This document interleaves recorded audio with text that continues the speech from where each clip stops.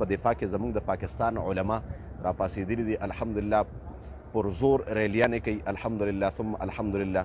زه په دا مسجد نبوي کې د هغه علماو دپاره دعا ګویم، بالخصوص د هغه نوجوانانو دپاره چې هغه د ختم نبوت د دفاع لپاره منډې وي او د ناموس رسالت د دفاع لپاره منډې وي.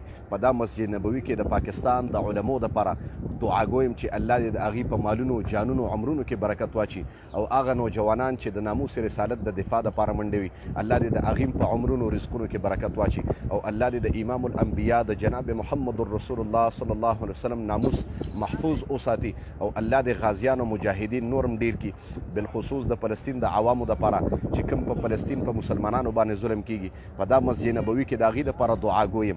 او یو اخیری خبره بله کوم چې په دا پاکه روزه کې ولاړ یم، د کومو ملګرو یا د کومو مسلمانانو چې دا ارزو او دا ارمان دی چې زه د دې حرمینو ته او د نبي اسلام زیارت له راشم، الله دې تمام جمله مسلمانان